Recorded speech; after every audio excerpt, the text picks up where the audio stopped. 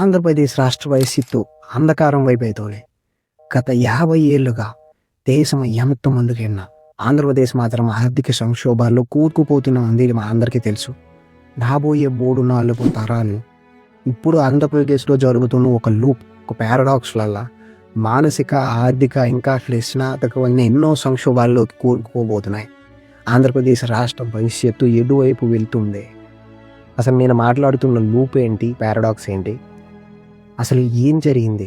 The alcohol paradox of Andhra Pradesh, the silent destroyer of the society. దీంట్లో ప్రభుత్వాల పాత్ర ఎంత, ప్రజల పాత్ర ఎంత? అసలు ఇవన్నీ తెలుసుకోవాలంటే మనం ముందు బ్రిటిష్ కాలానికి వెళ్ళాలి. బ్రిటిష్ పరిపాలన సమయంలో ఆంధ్రప్రదేశ్లో ఒక సగటు మనిషికి, రాజైనా పేదైనా సరే, వాళ్ళకి లభించే మత్తు ఏంటి అంటే natural fermented liquids like toddy, కళ్ళు, పాన్ వైట్, తాటికల్లు, ఫెర్మెంటెడ్ లిక్విడ్స్ లైక్ సారా, ఇలాంటి లిక్విడ్స్ మాత్రమే అవైలబుల్గా ఉండే. అడిక్షన్ పర్సెంటేజ్ అనేది చాలా తక్కువ ఉండే. ట్రెడిషనల్గా, అకేషనల్గా, సీజనల్గా ప్రజలు దీన్ని కన్జ్యూమ్ చేస్తూ ఉండరు.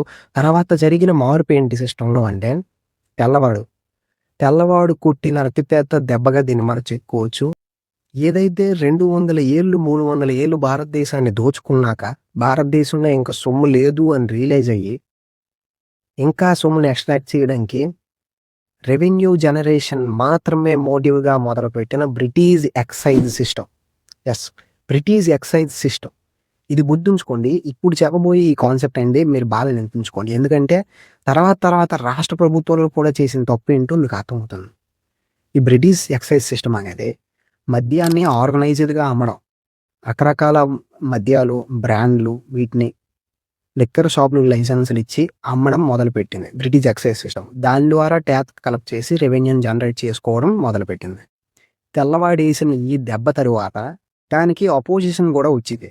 మహాత్మా గాంధీ లాంటి వాళ్ళు సోషల్ రిఫార్మ్స్ చాలా చేశారు. ఆయన కొన్ని స్లోగన్స్ కూడా చెప్పారు.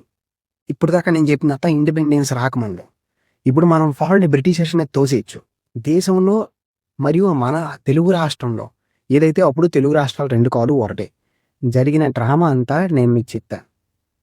Early independence time 1947 to 1960 British excise system అనేది ఇంట్రడ్యూస్ అయిందో, దానివల్ల ఏదైతే ఆల్కహాల్ కన్సంప్షన్ సిస్టమ్ అనేది ఆర్గనైజ్డ్గా దేశంలో ప్రజల మధ్య మొదలైందో, ఈ సిస్టమ్ని ఎరాడికేట్ చేయడానికి గవర్నమెంటే ఒక ఐడియాలజీతో ముందుకొచ్చి alcohol is and social evil, alcohol అనేది సమాజానికి ఒక చెడుబోతం అనే ఐడియాలజీతో ముందుకు వచ్చి చాలా ప్రోహిబిషన్ పాలసీస్ని తెస్తుంది.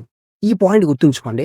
గవర్నమెంటే సోషల్ ఐడియాలజీస్తో ఆల్కహాల్ని బ్యాన్ చేయడానికి ముందుకు వచ్చింది. 1960స్కి వచ్చేసరికి కట్ చేస్తే గ్రాడ్యువల్ లిబరలైజేషన్ 1970s 1970 కాలానికి వచ్చేసరికి మెల్లమెల్లగా ఆల్కహాల్ని గవర్నమెంటే లిబరలైజ్ చేయడం మొదలుపెట్టింది. సరే, మొదలుపెట్టింది మనమే ఒక కారణాన్ని ఇంటర్ప్రిట్ చేస్తాం. ఆ కారణం ఏమనుకుందామంటే, ఏదైతే దేశం కొత్తగా ఏర్పడిందో, డెవలప్ అవ్వాలి, రెవెన్యూ సోర్సెస్ ఉంటే ముందుకు వెళ్తుంది దేశం.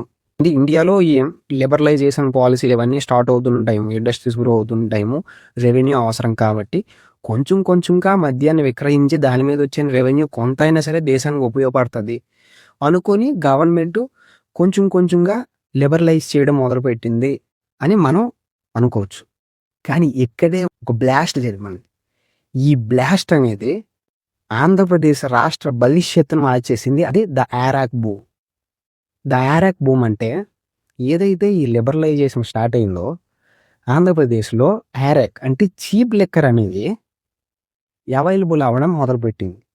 సరే, ఇప్పుడు ఈ చీప్ లిక్కర్ అవైలబుల్ అవ్వడం మొదలుపెట్టింది కదా, దీనివల్ల రాష్ట్రానికి జరిగింది అంటే సింపుల్గా ఒక అనాలజీ చెప్తాను. దానికి వేరే చూసుకుంటే, ఏదైతే బ్రిటిష్ ఎక్సైజ్ సిస్టమ్ మందుని ఇంట్రడ్యూస్ చేసిందో, ఆ లిక్కర్ని ఎక్కువగా అప్పర్ క్లాసెస్ పీపులే రెగ్యులర్గా కన్జ్యూమ్ చేయగలిగేవారు. ఎవరైతే కామన్ మ్యాన్ ఉన్నాడో లిక్కర్ని, బ్రిటిష్ ఎక్సైజ్ సిస్టమ్ ప్రవేశపెట్టిన లిక్కర్ని అఫోర్డ్ చేయలేకపోతూ ఉండేవాడు. చీప్గా ప్రజలకి లిక్కర్ దొరకడం మొదలైంది. అంటే బ్రిటిష్ ఎక్సైజ్ సిస్టంలో కామన్ మ్యాన్ లిక్కర్ని ఎక్కువగా అఫోర్డ్ చేయలేకపోయాడు. అప్పటికి ఈ టాడీ, ఫెర్మెంటెడ్ లిక్విడ్స్ కన్సంప్షన్ అనేది ఎక్కువగా ఉండేది. కానీ 1970s వచ్చేసరికి ఈ చీప్ లిక్కర్ అవైలబిలిటీ ఏదైతే వచ్చిందో ప్రతి ఒక్కరికి లిక్కర్ అనేది అందుబాటులోకి వచ్చింది. అది కూడా చీప్ లిక్కర్. ఇక్కడ నుంచి ఎకానమీ ఎలా మారిందిరా అంటే ఒక డెకేడ్ అయ్యేసరికి ప్రతి కుటుంబం సగటున ఒక కుటుంబంలో వచ్చే ఆదాయంలో ప్రతిరోజు కొంత షేర్ లిక్కర్కి వెళ్ళిపోవడం మొదలైంది. ఒక డెకేడ్ అయ్యేసరికి కొన్ని జనరేషన్స్ అడిక్ట్స్ అయిపోయారు. ఎందుకంటే అంత ఫ్రీగా చీప్ లిక్కర్ అనేది అవైలబుల్ అవ్వడం మొదలుపెట్టింది. 1980ల దశకంలోకి వచ్చేసరికి ఈ చీప్ లిక్కర్ వల్ల జరిగిన విధ్వంసం ఇంపాక్ట్ ఏంటంటే కుటుంబాల్లో డొమెస్టిక్ వైలెన్స్, ఎకానమీ పడిపోయింది పూర్తిగా, హెల్త్ ఇష్యూస్ రావడం మొదలయ్యాయి. రోజువారీ కూలి చేసుకునే వ్యక్తి ఒక 100 రూపాయలు సంపాదించుకుంటే దాంట్లో 30 నుంచి 40 రూపాయలు మందు కోసమే కేటాయించేవాళ్ళు.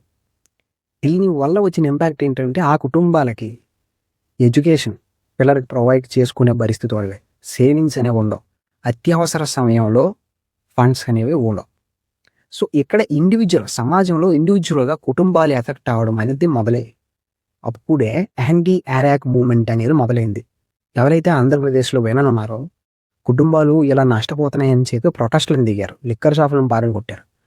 ఇలా ఈ యాంటీ అరాక్ మూవ్మెంట్ జరిగాక దీన్ని నోటీస్ చేసిన అప్పటి ముఖ్యమంత్రి నందమూరి తారక రామారావు గారు ఒక ప్రామిస్ చేశారు, కంప్లీట్గా మద్యాన్ని నిషేధిస్తానని. సరే, ఇక్కడ స్క్రీన్ ప్లేలో ఒక టర్న్ తిరిగింది అనుకుందాం. దీని తర్వాత కూడా మెడికల్ జరిగాయి, అవే నేను చెప్తా. 1994 సంవత్సరం నుంచి 1997 సంవత్సరం వరకు స్ట్రిక్ట్ బ్యాన్ ఆన్ లిక్కర్. ఈ లిక్కర్ బ్యాన్ అయ్యాక జరిగిన పరిస్థితులు ఏంటి అంటే స్మగ్లింగ్. లిక్కర్ బ్యాన్ అయింది మన స్టేట్లోనే, వేరే స్టేట్ల నుంచి స్మగుల్ లిక్కర్ ఆంధ్రప్రదేశ్లోకి రావడం మొదలైంది. అప్పటికే యాక్ట్ భూమి ద్వారా 2 డెకేడ్స్లో ఉండే జనరేషన్స్ పీపుల్ అమ్ముతా అడిక్ట్ అయిపోయి ఉన్నారు, వాల్యూమ్ వదులుకోలేరు. నార్మల్గా షాప్స్లో కొనే లిక్కర్ ప్రైస్ కన్నా స్మగుల్డ్లో వచ్చే లిక్కర్ ప్రైస్ అనేది కంపారిటివ్లీ ఖచ్చితంగా ఎక్కువ ఉంటుంది. అలా ఇంతకుముందు 40 రూపాయలు ఎఫర్ట్ చేసేవాడు 45 నుంచి 50, 60 రూపాయలు ఎఫర్ట్ చేయడానికి కూడా ముందుకు వచ్చారు. ఎందుకంటే రాష్ట్రంలో లిక్కర్ లేదు, లిక్కర్ దొరికే చోట ఎక్కువ ఇచ్చి కొనుక్కోవాలి. అలా ఎకనామీకి ఇంకా పెద్ద దెబ్బ తగిలింది. ఏది ఇంకా సమస్య పోతుంది అనుకున్నారో ఆ సమస్య ఇంకా ఎక్కువ ఉంది. మళ్ళీ గవర్నమెంట్ స్లోగా లిబరలైజ్ చేయడం మొదలుపెట్టింది. ఇక్కడ దాకా ఒక పార్ట్ అనుకుందాం. తర్వాత జరిగింది the commercial expansion phase 2000s.